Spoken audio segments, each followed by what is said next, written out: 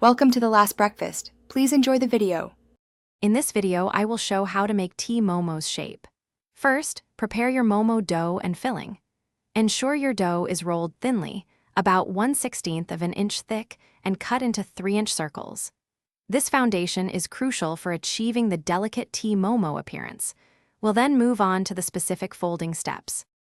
To begin, take one dough circle and place about 1 tablespoon of your prepared filling in the center. Carefully fold the dough in half, forming a perfect semicircle. Gently but firmly pinch the top, curved edge together, sealing the momo. This initial seal prevents any filling from escaping during the steaming process, ensuring a neat final product. Now, let's create the distinctive spout. Starting from one end of the sealed semicircle, make small, overlapping pleats along only one side of the curved edge. Each pleat should be about 1/4 of an inch wide. Continue this process until you reach the other end, leaving the opposite side smooth. This technique forms the base of our tea momo's unique shape.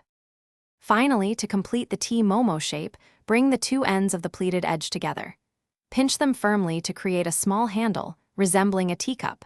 Gently curve the smooth, unpleated side to form the cup's body. This creates a charming, edible teacup, perfect for serving. Steam your beautifully shaped momos until cooked through, typically for 8 to 10 minutes. Thanks for watching. If this was helpful, leave a like and consider subscribing. See you next time.